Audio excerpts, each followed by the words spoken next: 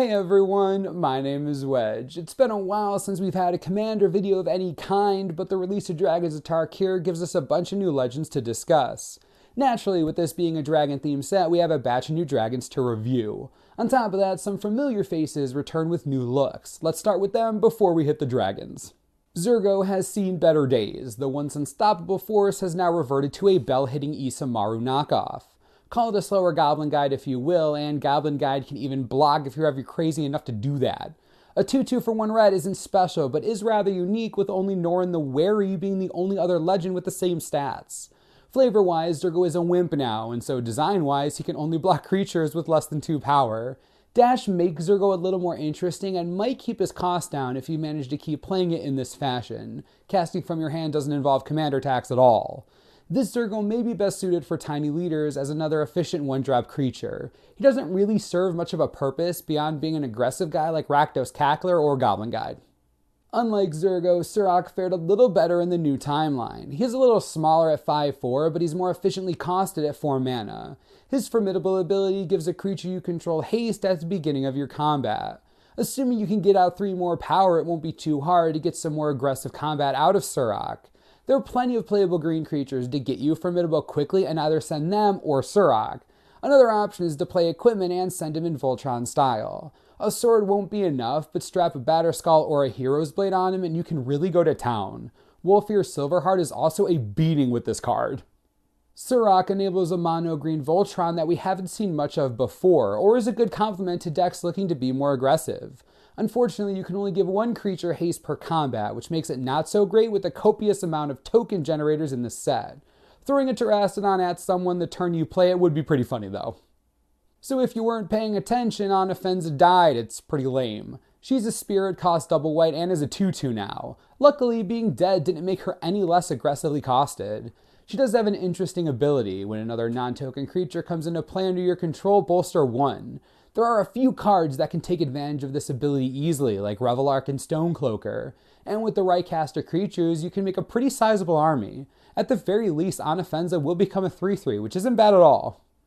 There are a couple hangups with this card. Bolster is always going to affect the smallest creature, meaning that you won't always have the luxury of putting the counter where you want it. Also, it only works on non-token creatures, so no Secure the Waste, Spectral Procession, or Decree of Justice.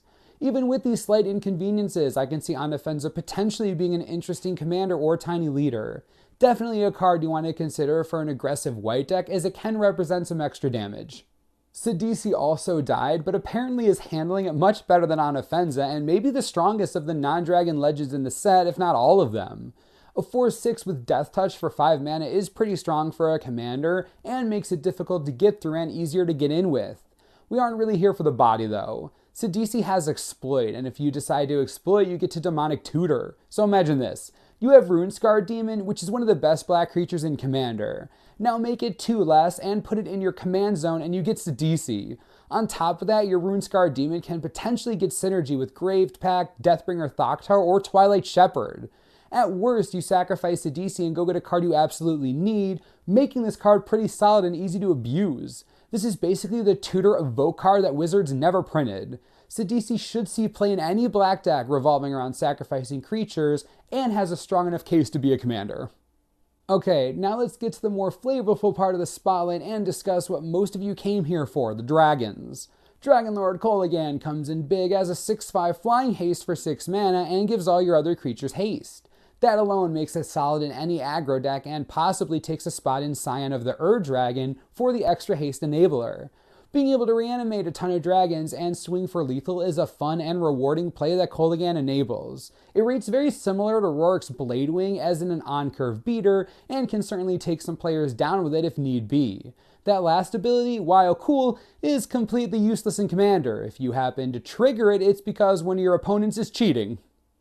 Dragonlord Silumgar is a 3-5 flyer with Death Touch for 6 mana. It's not as big as Kolaghan, but discourages attacking into and is big enough to hold its own. When Silumgar comes into play, you can gain control of a creature or planeswalker an opponent controls until Silumgar leaves play.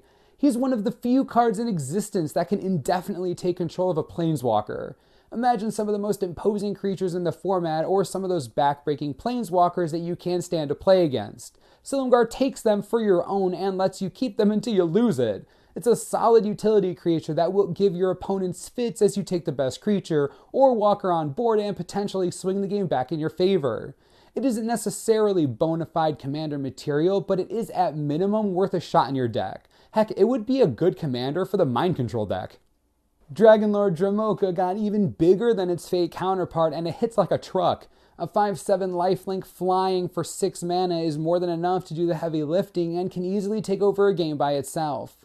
A bigger flying Felidar Sovereign sounds pretty good on paper even without the alternate win. Did we mention that Dromoka can't be countered? It didn't need the rules committee to render Spell Crumble useless. In fact, your opponents can't play any spells during your turn. No Path to Exile inside combat, no Cryptic Command, no Cyclonic Rift, nothing. Not being able to play spells on a player's turn is pretty grueling, and makes it even worse when that player can freewheel any spell at will. Dromoka makes for a solid creature and perhaps a commander if you're willing to go down that route. Dragonlord Tarkir is the most expensive but also biggest of the dragons as an 8/8 flying trampler for 7 mana. There aren't many dragons that are a Tarkir size or bigger. Hellkite Overlord leaps to mind, and that's about it. Only Bogardan Hellkite has the same ability as a Tarkir, but can hit players as well as flashes in. When it comes into play, you can deal 5 damage divided amongst creatures and planeswalkers your opponents control. It's pretty cool knowing there's a dragon out there that can literally burn planeswalkers down. A Tarkir is a no-frills beater and looks like an ideal commander if you like to smash in with huge creatures. If you like to get tricky, it can be abused like Bogardan Hellkite to a lesser extent. Consider this in your Animar deck if you want another option for creature removal, or just play it as your commander. 21 damage seems so little with this card.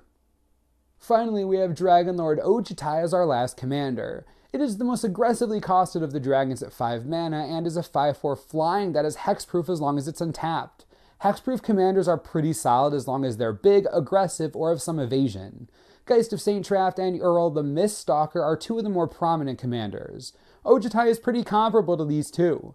It's big enough, has evasion, and can be aggressive in the right deck. With the Tucker rule changed, it's pretty much only cold to instant speed removal, such as Swords or Path.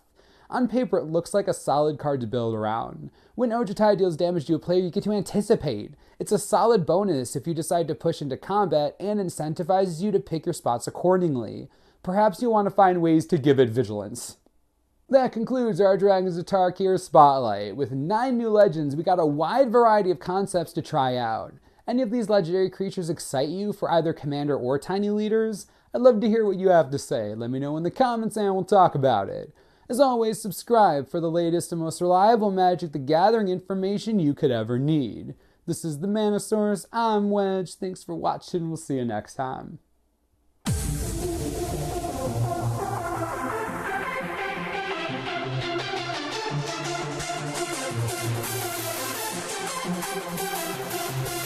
Wow.